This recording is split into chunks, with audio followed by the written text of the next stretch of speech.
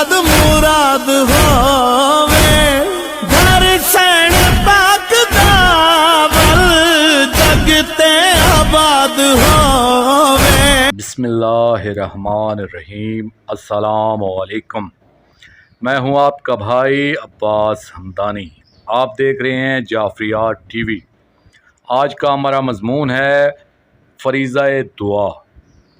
दोस्तों, हम हर नमाज के बाद दुआ के लिए हाथ उठाते हैं और अर्ज़ करते हैं कि मेरा मालिक, मेरा ये मसला है, इसको हल फरमा दे। बीमार करबला का वास्ता है, मेरा बच्चा बीमार है, इसको सेहत अता फरमाए। मेरा मालिक, मेरे रिज़्क़ में वसअत अता फरमा।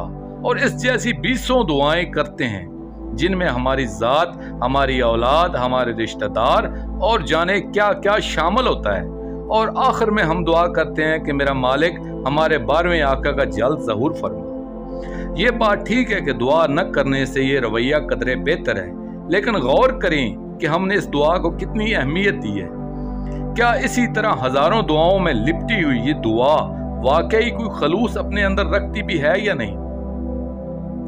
दोस्तों, एक मिसाल अर्ज करूं, एक माँ के 3 बेटे हों तो हर नमाज के बाद सबके लिए बराबर दुआ करेगी। मेरे बड़े बेटे की नौकरी का मसला है, मेरा मालिक इसकी नौकरी हो जाए। फलां बेटे की औलाद नहीं है, इसको औलाद नरीना अता फरमा। मेरा मालिक, मेरे छोटे बेटे का रिजल्ट आने वाला है, पालने वाले इसको कामयाबी अता फरमा। अगर इनमें से एक बेटे का एक्सीडेंट हो जाए और वो मौत व हयात की कशमकश में हो, तो फिर आप फैसला करें कि इस माँ की दुआ क्या होगी। मेरा ख्याल है कि वो माँ बाकी हर दुआ से हाथ उठा लेगी और सिर्फ इस एक बेटे की सेहत की दुआ करेगी कि किसी तरह इसकी जिंदगी बच जाए। इसको दूसरे बेटे की औलाद भी भूल जाएगी और अगर दौरान दुआ याद भी आएगी तो इस ख्याल को भी झटक देगी। मेरा ख्याल और कुछ नहीं चाहिए, बस इसकी जिंदगी बच जाए, इसके बदले मेरी जिंदगी ले ले। तो जनाब, अब हम अपनी दुआओं पर नजरसानी करें। क्या हम पाक खानदान सलवातुल्लाह अलैहिम की जल्द आबादी की दुआ को अहमियत दे रहे हैं? तो पता चलेगा कि हम रस्म दुनिया भी नहीं निभा रहे। हक तो ये बनता है, अब बहुत हो चुका, बहुत औलादें ले ली हमने, 1400 साल में बहुत रिज़्क़ ले लिया, बहुत से इलाज और हज़ारों मसाइल अपने तो हल करवा लिए हैं हमने। अब तो हक बनता है कि बाकी सब दुआओं को तर्क कर दिया जाए और सिर्फ एक सरकार के खरूज और इस पाक घर की आबादी की दुआ की जाए, जिसको उजड़े हुए 1400 साल से ज्यादा अरसा बीत चुका है, जिनका पाक वारस आज भी खून के आंसू बहा रहा है। यही नहीं बल्कि सारा पाक घर गिरिया गुनाह है, क्योंकि जहां जहां मजलिस होती है ये पाक ज़वात भी तशरीफ ले आते हैं। जहाँ एक मोमन जिसने ना इन शहजादों का हुस्न देखा, ना मोहब्बत देखी, ना शफकत देखी, ना इनसे कोई खून का रिश्ता, ना इनको जवान होते देखा, ना इनको जंग करते देखा और इनको तेज और तलवार से जख्मी होते देखा, ना इनको घोड़े से गिरते देखा, वो मोमन भी धाड़े मार मार कर रो रहा होता है। तो फिर आप खुद अंदाजा करें कि इस पाक माँ की इस मजलिस में क्या हालत होती होगी, जिनके पाक लाल का जिक्र पाक हो रहा होता है। अगर आप समझते हैं कि अब तो इन मजलूमीन का रोना भी बंद होना चाहिए, अब तो इनकी भी खुशियां नसीब हों, तो फिर हमें चाहिए कि अपनी पूरी कोशिश करें कि किसी भी कीमत पर अब मजीद ये पाक ज़वात आंसू न बहाएं, बल्कि कोशिश करें कि चाहे जो भी कीमत अदा करनी पड़े, अब इन पाक ज़वात को एक एक आंसू के बदले में हज़ारों मुसरतें नसीब हों। आमीन। इसके लिए चाहिए जो भी कुर्बानी देना पड़े।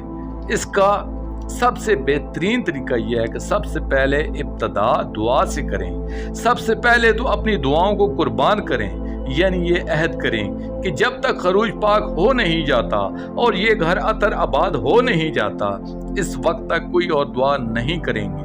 अगर आप इस अहद पर पूरे उतरे तो फिर सोचा जा सकता है कि अगर कल को कहीं माल, दौलत, औलाद, इज्जत और नामूस की जरूरत पड़ी तो कुर्बानी से दरेग नहीं करेंगे।